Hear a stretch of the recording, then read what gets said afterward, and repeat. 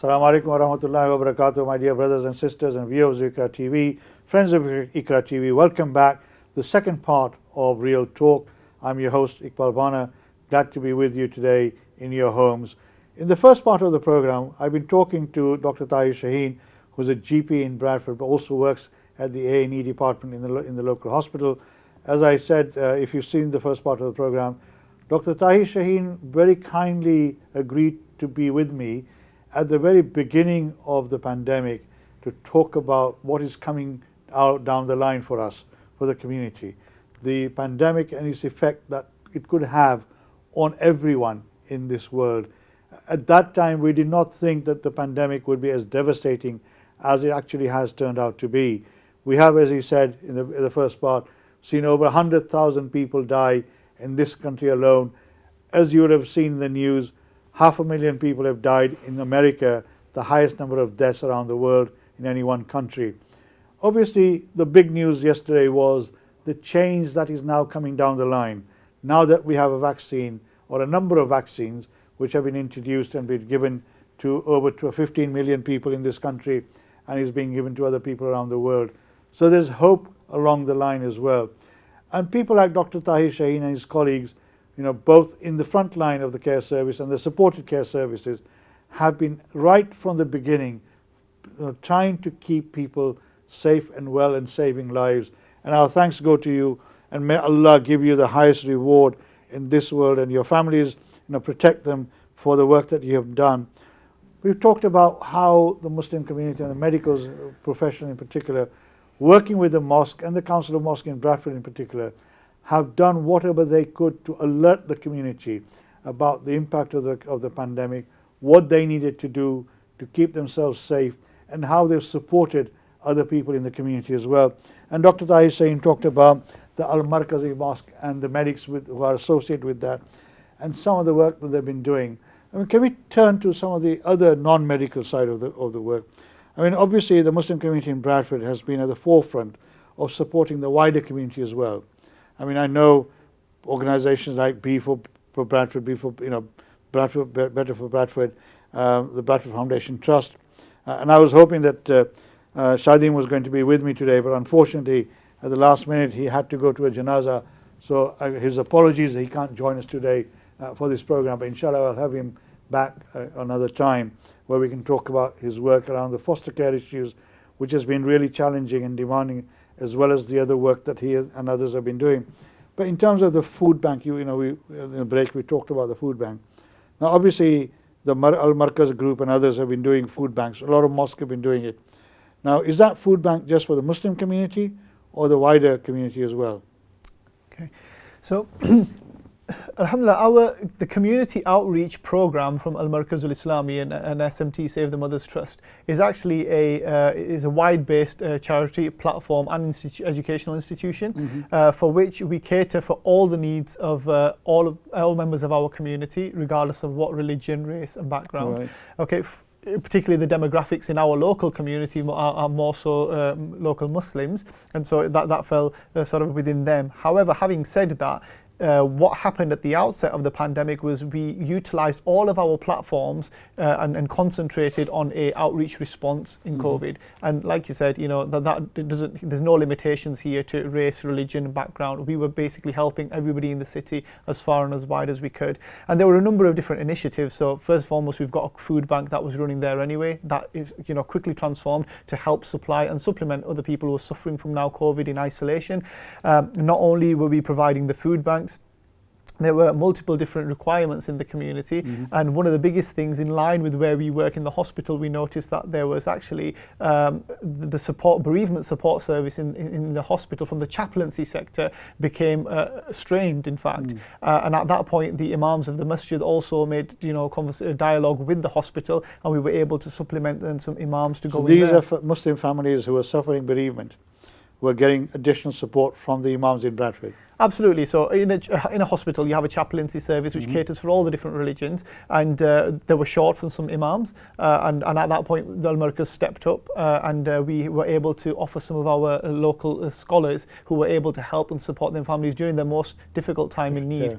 There was a lot of questioning around the funeral arrangements, and we were able to develop a manual which was both medical and had the Islamic fiqh component to that. But not only did we issue the manual, we also... How did you cope with the fact that, people who had lost their lives through COVID, we like to do our own ghusl. Families members like to get involved in the ghusl process, certainly where I come from. Now, obviously, in the COVID situation, people are not allowed to get involved in giving ghusl to their loved ones. So obviously, only designated people could do it. How did the families cope with that? I know we found it very difficult. I lost my sister, so my family members who wanted to be there to personally give her ghusl could not do it, except unless they were pre-approved and trained. Yeah. Right. Yeah. Did you find that challenging here as well? I think absolutely. First and foremost, condolences. Allah Ta'ala raise your sister's ranks and grant you all sabr. I think this was one of the biggest challenges for our community. I think the concern was both sides. Some people and families were very keen to be participating. Others were now extremely anxious of participating because their loved one had died of COVID and what it meant for them. And so we had to draw a balance here. And this is where we were really instrumental in delivering a ghusl training program. Fortunately, with the expertise that we have of regular PPE, we were able to host a training program and helped to train over nearly 100 volunteers from the community who would then be ready, attached to these funeral directorships, and who could help facilitate families. Where there was some instances where a certain family member wanted to, we then also had the training facility to actually help, because the guys who were trained, who were now certified and competent, so they could then help a family member to participate. So we were able to get around this that way. Obviously, I mean, as I say, that was one of the most challenging issues for a lot of families that I know, because in my area, members of the family actually want to do the ghusls themselves, although there's people who guide them along the process, but a lot of them are very familiar with the process, unfortunately. But in terms of the support network, as you mentioned, the food bank that you had, and you say all faiths, all communities, all colours, doesn't matter. Obviously, Bradford has got some challenges around equality and social cohesion, etc., or community cohesion. Did you find that the work that you're doing in helping other communities, non-Muslim communities, did you find that had an effect of changing people's minds about the Muslim community in Bradford? I think absolutely. I think it's a difficult question because until we don't do some sort of a feedback, we won't particularly know. But what I do understand, this is first-hand experience, is the food bank facility that we had, because some of our practices from affinity care extend locally, we were able to share that information and contact details to some of our patients who were struggling in isolation. And they were very, very grateful. So the direct feedback that I have received from people who have benefited from the food bank and the services from the community hub were extremely grateful. And we've seen multiple videos around number of organizations, including NCONs, for example, food being delivered, and people are just expressing a lot of gratitude. And I think that whole process has helped to bring our community much closer together. And the masjid has been involved in that, which is very good. I mean, turning to the vaccine slightly, obviously you're a GP practicing in the Bradford region. Now I know that where practices have got a very large population from the Asian subcontinent, there are some challenges still about the vaccine and whether you should take it or not take it. Now, on this program, we have said this for the last 2 weeks, and Maulana Hayat was here as well, and he's made it very clear, and other ulamas have made it very, very clear. And this applies to all denominations within the Muslim community. Doesn't matter whether Deobandi, Barelvi, Ahle Hadith, all ulama are united on this fact that as far as Islamically jurisprudence is concerned, the vaccine is permissible and people should take it. But there are still some elements within our community who are still not saying challenging it, but a bit reluctant. Have you found that in your experience as a GP, that issue is still relevant and still pertaining to people? I think it's important that as doctors, we've been exposed to this scenario way before, okay? And I think there's a very clear concept in medicine about people who are anti-vax anyway, okay? And it's important to also understand, I think, we shouldn't fall into the pattern of actually brandishing people with a certain label or category, but this is a principle which extends before the pandemic, and there are many people who are anti-vax for various different reasons, and any kind of uncertain event as such is creating perfectly fertile ground for more doubt and more conspiracy, and that was anticipated. This whole process essentially is a mirror image of what initially happened at the outset of the pandemic. But unfortunately, we had to see a whole host of deaths before many people then came on board, and actually we saw the attitudes changing. There are still some people who may not actually believe. And that applies to all communities, not just the Muslim community. Absolutely. I mean, I know we've seen people protesting in Trafalgar Square. We saw people protesting at the Australian Tennis Open as well, that they didn't want the vaccine. So it's not just the Muslim community, it's not just the people from the Asian subcontinent. It applies to all communities. But obviously we were concerned about our Muslim brothers and sisters as well. So how prevalent was that reluctance to accept the vaccine in your experience from the people you've been in contact with?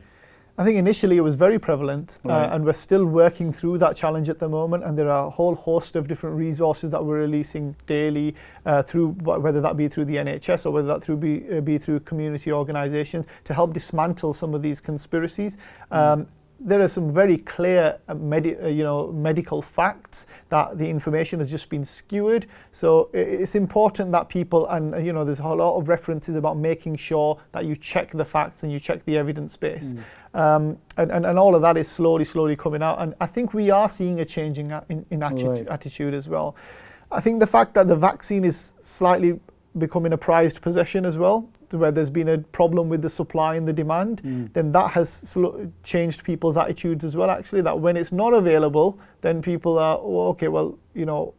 why am I not being invited anymore? And that's really turned people's attention to the vaccine. So I think slowly but surely we're getting there. And the more people that are having it who are not having complications or no side effects, then that's obviously testament to what the other people are arguing as well.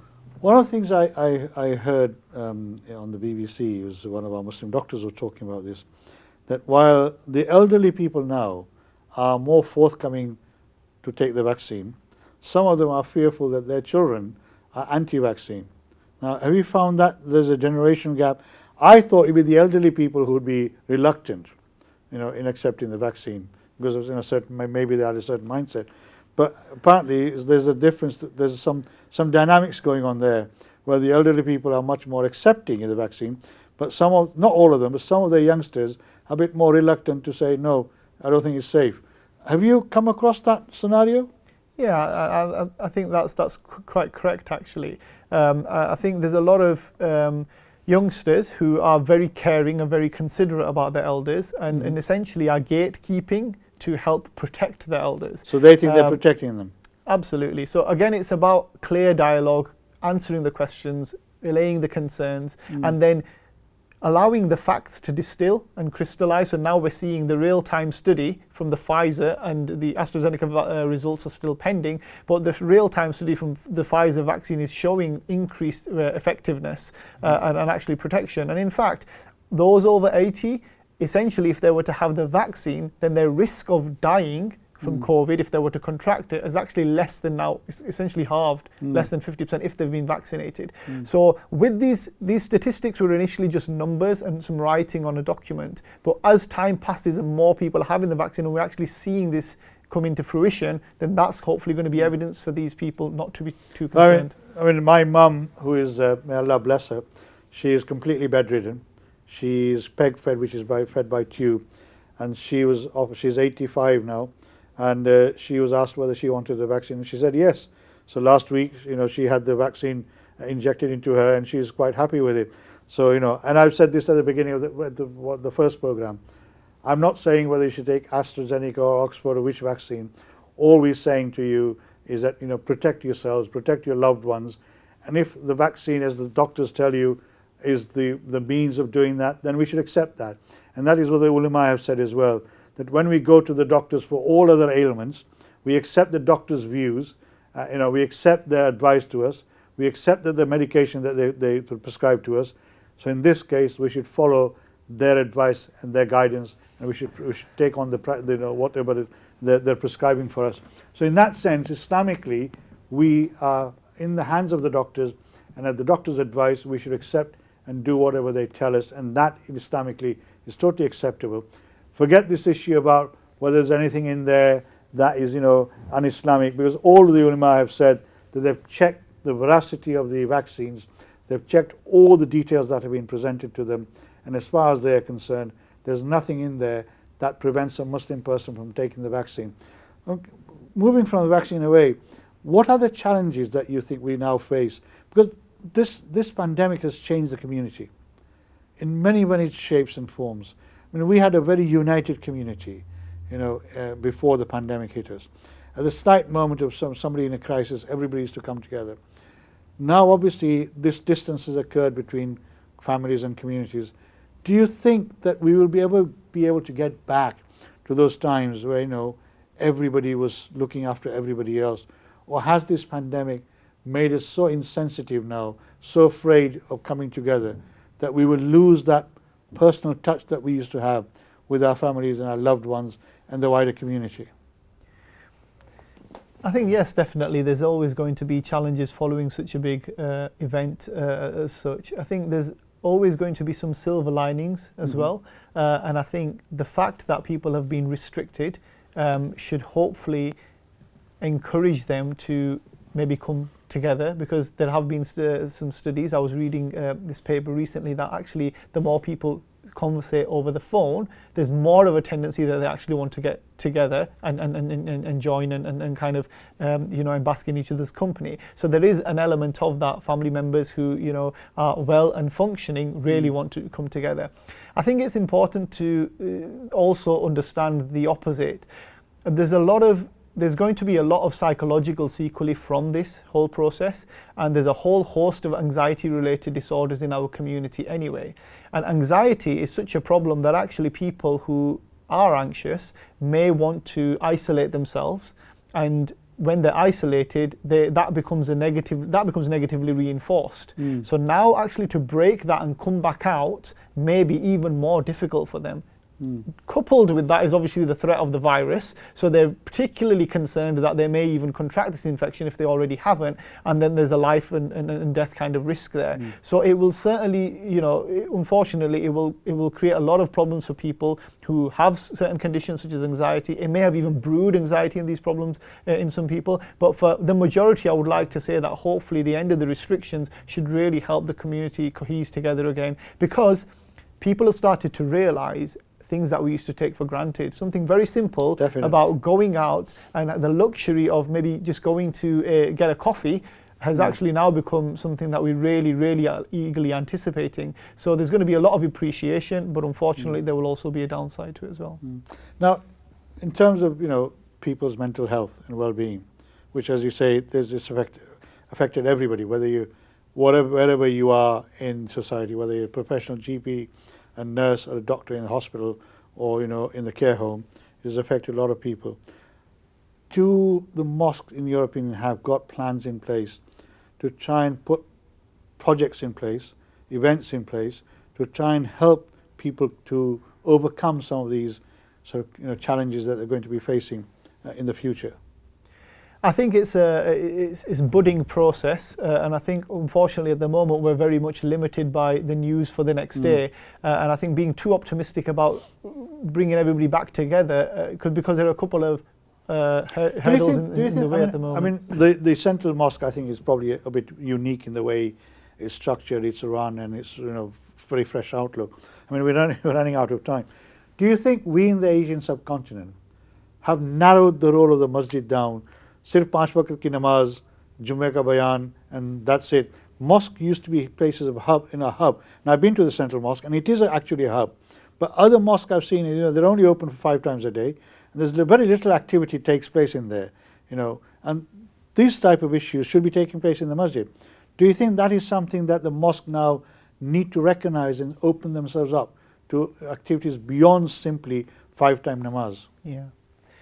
So yes, absolutely. I think that the whole concept of the masjid is a supporting mechanism, and it also is a basis for prayer. So definitely, I think the pandemic actually those mosques who weren't able to do that have somewhat embraced that as well, simply because they weren't able to open during certain lockdown periods. And therefore they have had to move to alternative means of communicating with their people. So I think it has been an encouragement.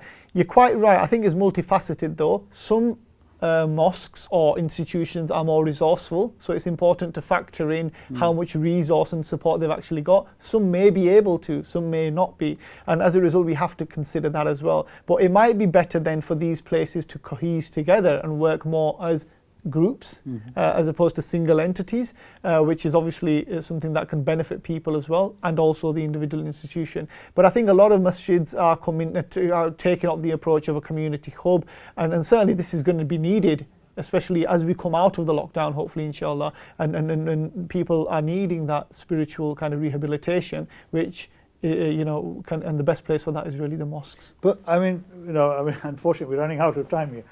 I've always been sort of complaining of the fact that our mosques are very narrowed down and limited, as I say, to just 5 times a day. They don't provide holistic support, do they? But you're saying that you're seeing a change taking place. And we don't have mental support services in mosque. Imams don't do counselling in mosque. The majority of mosque, in some places they might be doing it, but the majority of mosque, there's no counselling support services available. Is that something that mosques need to now take up? I'm afraid this is a very important subject, but as I say, we're running out of time, unfortunately. Yeah, I think the answer is very clear. They must do. I think it's mandatory to be able to support your community in the best possible way. You need to have multiple resources, and now is definitely the time for that. So that's an absolute must for me. And like I said, inshallah, I think there are many leading mosques who are showing and paving the way, and I think inshallah the smaller ones with the support and the resource will be able to follow suit as well.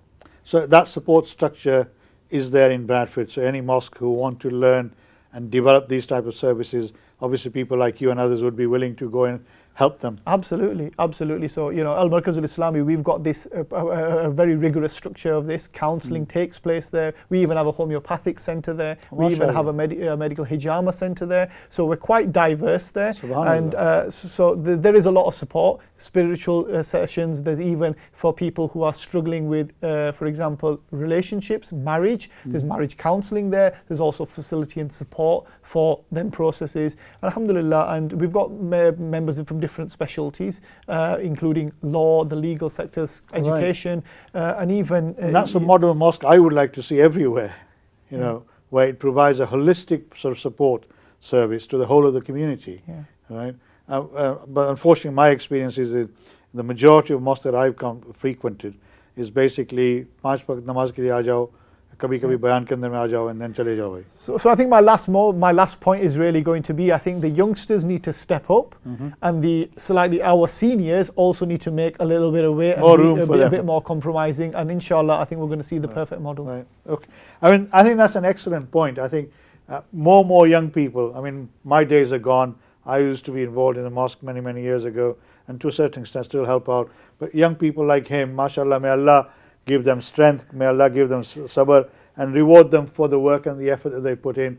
Apart from being a doctor, which is a very busy life that he leads anyway, and working at the A&E, he does all this work as well as part of his sort of voluntary work that he does. And obviously him and his colleagues, Allah may give them the highest strength and the support that they need. But this is something that I would like to see happen across all our Muslim communities, that the mosque become hubs and centres of excellence where they provide a holistic service to the community itself, and not just simply 5 times a prayer and that's it, go back home and do whatever you need to do for the rest of the day. And that is something that I would aspire to in my mosque and all other mosques as well.